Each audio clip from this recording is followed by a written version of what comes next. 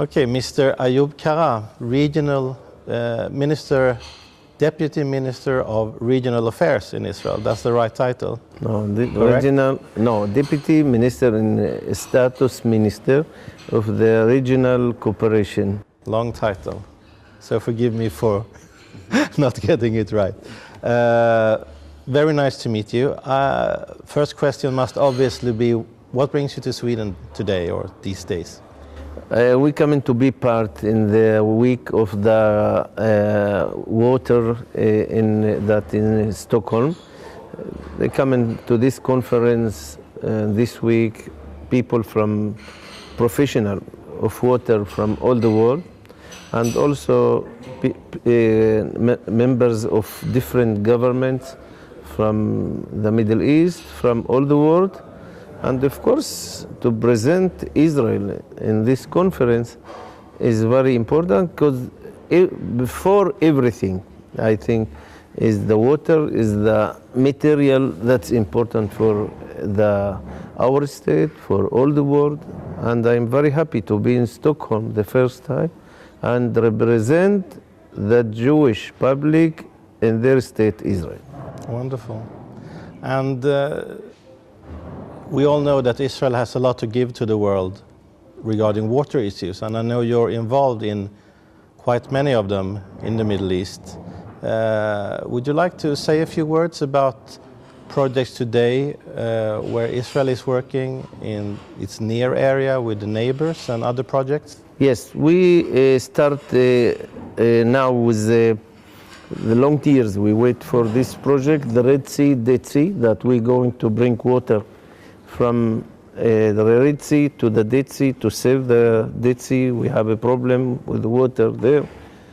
And of course, in this project, we could imply Jordanian and Palestinian people around this project, because this is important economic project and the big one in all the area. And we need Jordanian become more strong economy, because they're fighting the same enemy as ISIS, and of course Iran, that is a big enemy in the Middle East.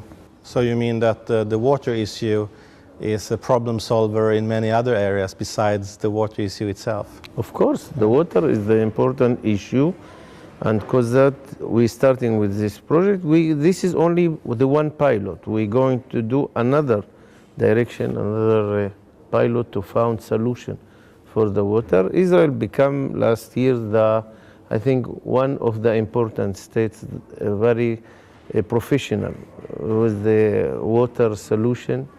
And I think this is important for all the Middle East. They need us, our neighbors, because they need our technology in Egypt, in Jordan, in the Gulf state, North Africa, and everywhere. Of course, in another corners that very dangerous, and they did not have a relationship up the radar with us. So we have to convince and do everything to help people in the Middle East. Do you believe that the neighboring countries, even countries who you have no diplomatic ties with, they still see the need for cooperation and that they might gain from it? I think they need it, because no way. They need cooperation. They need Israel help them, because they have maybe our neighbors energy, the oil, but they are not have another material that we have it. We now have in Israel more than the past material that is very important for our neighbors, that the water and the gas, and they are not have it in other states, and they need it. So, because this is also another case that they close to us more than in the past. All the map in the Middle East changing now. Israel is not the enemy anymore for the Arabian area. The Iran, and of course ISIS and all the fundamentalism organization become the problem, and we are not enemy for anyone. People here, I have to say they are not understand that they going to be different issue in the Middle East, the extremism, not the Palestinian issue. The Palestinian issue is important, but this has become the third subject that important for the area, maybe. And the important issue is the extremism and fighting the extremism. And of course, all our neighbors want to cooperate with us to fighting this extremism. You said that you were very proud to be here representing Israel and the Jewish state of Israel. And of course, it's interesting because you're not Jewish yourself. You come from a Druze background. So I think I think quite a few of our viewers don't know too much about the Druze population in general, Druze population in Israel and in the Middle East. Would you like to say a few words about that? Of course, I'm with much proud. I'm feeling Israeli more any Jew. I'm not Jew, but I'm Israeli with much patriot Israeli. And I was one of the important officers in the military of Israel. I lose two brothers against the terror in Lebanon. And of course, I'm from the Druze nation that is the nation of Hitro in the Bible, father of Zipporah, wife of Moses. And of course, it's important for me to become and say loudly that stop the hypocrisy against Israel, because Israel is not apartheid. Israel is the one democracy state in the Middle East, and of course, we want peace more than anyone, but we are not want peace like in Gaza, that we left the area and the fanatism become so strong that they every day attacks us in the south. We are not want to give another state or to lift the West Bank or the Judea and Samaria, and after that change us ISIS or Hamas. We are not want to be in this position. So I come say loudly as a non-Jew, and of course with much proud from the Druze nation, that I want to defend Israel forever, because no way that I could live in the Middle East with harmony and democracy a state like Israel. And you, of course, have Druze, maybe relatives, but other Druze people anyway, in Syria, for example. And so it's maybe interesting to hear how do they live there, the Druze people? The problem with all the Druze, like in all the minorities in the Middle East, that they are not have any human right in their states. They push him to become Muslims and they change their religions, or they push him to lift the area. There are many refugees in all Europe now, like the Yazidi, like the Kurdish, like the Armenian, the Christian. There no way to save the minorities in the Middle East, and the Druze is part from these minorities. I'm very sorry, but all the world see in their eyes how this process is so wrong, and they thinking that the Palestinian issue exactly in Sweden is the subject and the issue, and they are not care what going on with these all minorities, and they do big mistake that they accept here refugees, that they must save and help the refugees in the land of the Middle East, in Jordan, in Turkish, like Israel. Israel every day bring to their hospitals thousands of Syrian and other from all the Arabian area, and they save them, they help him. They are refugees that dangerous. We bring him to our hospitals and send him healthily back. We bring children and save their hearts. We do for them operation. This is humanitarian steps. That's what must be the policy from the side of Europe, because we are in the beginning of third world. If we continue to accept refugees here, the third world become here at last. I like it very much when you talk about the help Israel is giving to people in need, because this is not what we hear in Sweden. Only this morning in morning radio we could hear a story about someone living in Gaza who is not accepted into Israel to get help.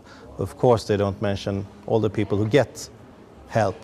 And you may, of course, debate whether Israel is responsible at all for the health situation of the people in Gaza, but this is what we hear in Swedish radio. We are not only help, we every week, in Tuesday, I'm as a minister of the regional, I bring team from Gaza every week to our hospitals who have a big problem healthily, and we absolutely help him. We give him supporting for no money, cheap. And of course, we do it every week, and I invite everyone that have a problem to become, including leadership and families of Hamas. This is very important that we hear, because we are humanitarian. Yeah. Israel is I told the minister of the water before a few weeks that have a problem with water in the Palestinian Authority, that Israel not give any chance for anyone did not have water and food. Also, our enemy, we give him water and food. This is our policy in Israel. It's wonderful, and of course this is not what we hear in Sweden, I'm sad to say. I know it, of course, what you're telling me, but it's good that we talk about this, so maybe we can spread the word a little more. So you had an impressive career in the IDF, and then you came into politics, and was this natural for you to, how come you started a political career? Look, I'm coming from family that my grandfather was one of the important leadership before the independence of Israel. He was in the GNF, represent the GNF in this time in 1930 till the independence of Israel. So all the Jew refugees that come to be part in Israel, in the Holy Land, he bring him and help him.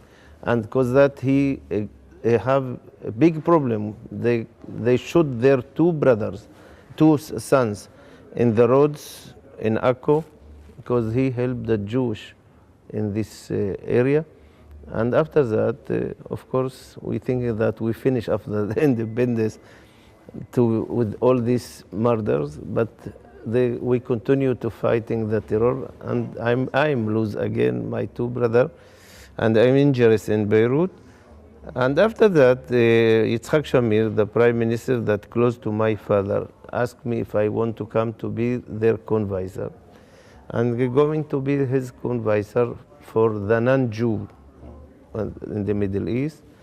And from there, I elected me in the Likud party to the Knesset in 1999. Until now, I'm close to Netanyahu, long years.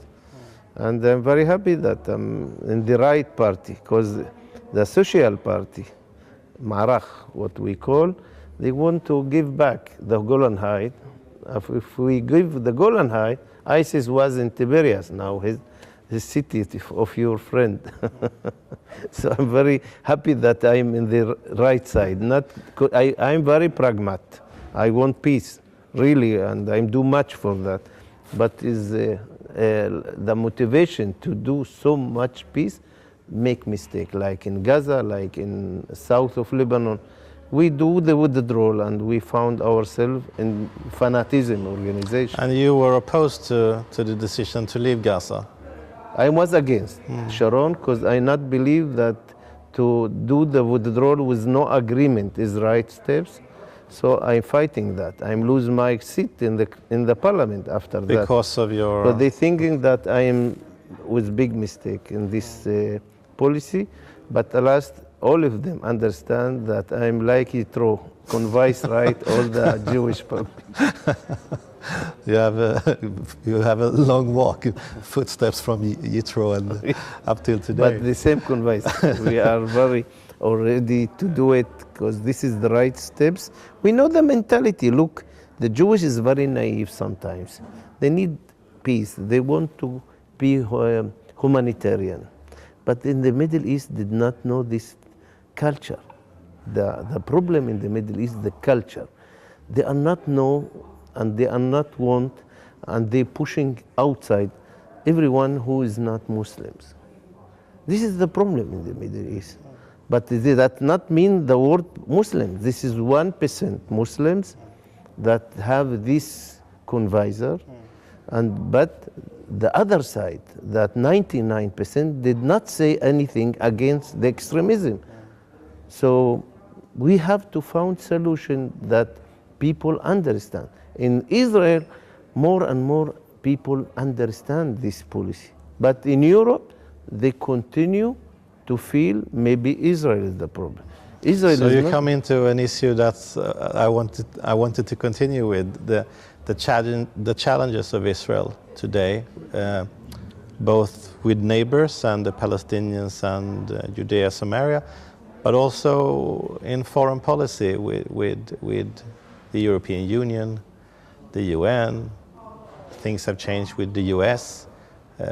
Sweden, maybe don't have to talk about. It's not a nice story right now. But what do you feel can be done from the Israeli side? Can anything be changed from the Israeli side to make other countries understand the situation?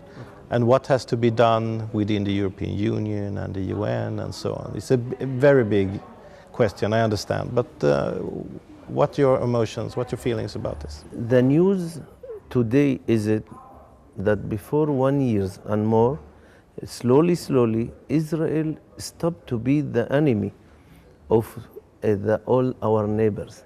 The enemy is Iran and the extremism in Syria and all the Arabian states. So Israel more and more close, loudly and discreet down the radar in different states, and we help each other. We cooperate with different states. We have the important relationship between us and the Jordanian and the Egyptian and Turkish, and we going to now to cooperate with the Gulf states, and we do a lot for make all the area more economic. I mean, I'm start with different project for the Palestinian. This is not, we are not successful at last to do it. So we do 3 industrial park in different areas for the Palestinian, the borders, and we to implement Palestinian and Jordanian. This is project starting now. In 1 or 2 years, they're going to be thousands or 10,000s of people that going to implement there. And of course, we bring employed people from Jordan to Eilat and to Israel to working like foreign workers. They come in the morning, they're going back. This is make power for the economic Jordanian. And this is the process. People begin to understand that the Palestinian issue is not important. They want to live in good economic states. And this is what going around us. And they say, and for us, and trying to cooperate with us with different project economic. We have the gas, we have the water, we have different technology, security technology, agriculture, and other. And of course, this is close between us. No way to stop this closing, because they want also together to fighting the 2 enemies of all of them. The 2 enemies is, one is ISIS and like ISIS, and the other is Iran that is very, they are very care about the future with them. And of course, we're going to new steps, but that's not mean that the 2 enemies did not bring all the area danger in the future and make all Europe danger. So what you're saying is that your neighbors, they understand what the situation is. They understand where the threats are coming from. But do you feel that Europe, the US, the countries that are not so close to you, I mean, Europe isn't far away, but it's not your immediate neighbors. I don't think they understand this. I'm sure they are not understanding. So how do we go about making them understand, or convincing, or present the case, however you want to describe it? How do we do it together? Because I think we can do it together. I think the refugees and how they behave, the refugees, they understand quick that the problem in the world is not two-state to do public. Two-state solution is not the problem. If you also give Tel Aviv to the Palestinians, they are not stop the violence in the Middle East. The extremism is the problem, because every time that they continue to accept the refugees here, they bring here the extremism to Europe. That means they accepted the third world here in the land of Europe. The situation that they found themselves with so much refugees mean that they bring here the Islamization. So you mean that the only way to learn for Europe is through refugees coming here, and then the Europeans will see what the Israel reality. What Israel see in the You think Middle this is the only way for this is the no? Europe I to think understand? they are not want to understand. I speak with them.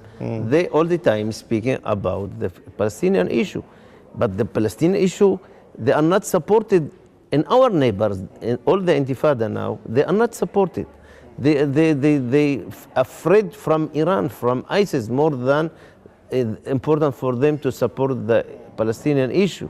Because that the last Intifada, they are not found the other our neighbors with demonstration in any corner in the Arabian area.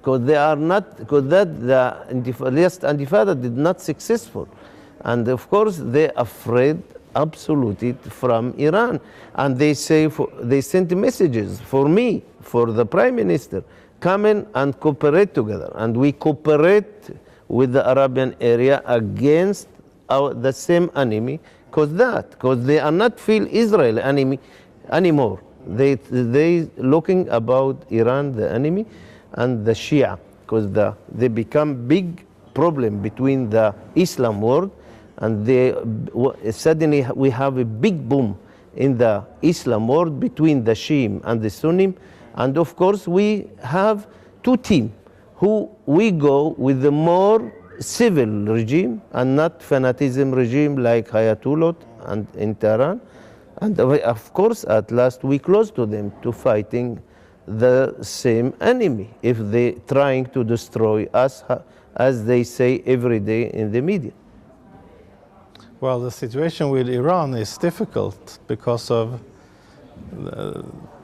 the treaty that was made with Iran regarding releasing their money abroad, and now everyone wants to trade with Iran. I also heard this morning another story about Iran and about Swedish companies reaching new heights of export to Iran, of course. And Sweden is a very small country, so you can imagine that now Iran has a lot of financial power again, and it's an important market for companies.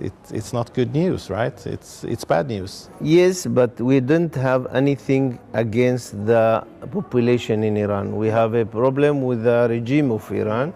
So maybe people did not understand it, that the problem is the regime there, and the regime have two voices. One voice to the west side and the other voice to Arabian area. And I know only the one. My mother language is Arabic. So I know only the one in the government of Israel. I heard all the news in all the languages. And I know it very well, how they want to destroy Israel, how they want to occupy all the Middle East, and after that, the solution is Islam. The solution of the world is Islamization. That means Europe part from that, and US part from that. That's what they believe. So this is the culture. With the Prophet Muhammad say, you could do exercise with also agreement if this gives the results to successful. So let's talk a little about Israel and Sweden and cooperation. You work specifically with water and other resources. You're here for a conference. How has it been so far, and how are the talks going with other people here and with your Swedish counterparts? Have you met people from the Swedish Foreign Ministry or other cooperative places here, or? Yes, I met a few leadership from the government, very important leadership, and I think we're going to cooperate. We convince them to prepare conference, economic conference for the Middle East, that Sweden lead that between the Jordanian, Palestinian and Israel. And I think this could be important part because there no way now to do politician. I think the right step is to make all the area better economic. And I'm sure that they have enough power to do this conference. And if they do it around the Red Sea-Dead Sea project and the water and the Jordanian River to construct and to make a different economic project there, and all to make power for the Palestinian and the Jordanian. I think this could be good idea for Sweden. I think is important for Sweden also. I feel that, and maybe we found ourselves in a few months in big conference here in Stockholm. Here in Stockholm again. Yes. Wonderful, wonderful. So you sound to me like an optimist, even though we're talking about difficult things and so on, but you sound to me like an optimist. Are you? I think yes, because Israel also now in the important position optimist in long years, because we suddenly in jungle of Islamization, we are a very in control, very important economic state in the Middle East and democracy state. And our neighbor, they said, you are not our enemy. This is never, we heard it in the past. So of course we are optimists, but you must convince Europe to understand this process. This is the big challenge. Thank you very much for this talk. I was very happy to meet with you, Thank you very much. Minister Kara. See.